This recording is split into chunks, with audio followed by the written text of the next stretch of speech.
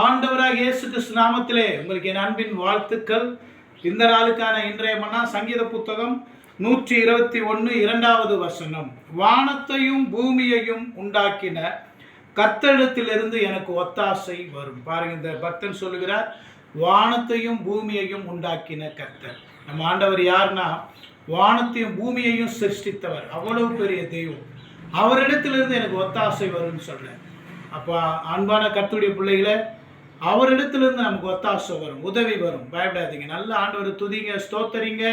மனுஷர் கண்களிலும் தயவு உண்டு பண்ணுவார்.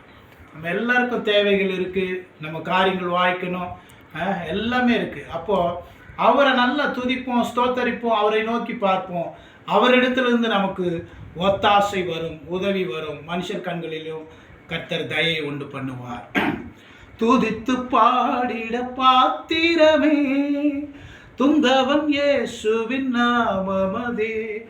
துதிகளின் மத்தியில் வாசம் செய்யும் தூயனை நேயமாய் ஸ்தோத்தரிப்போமே.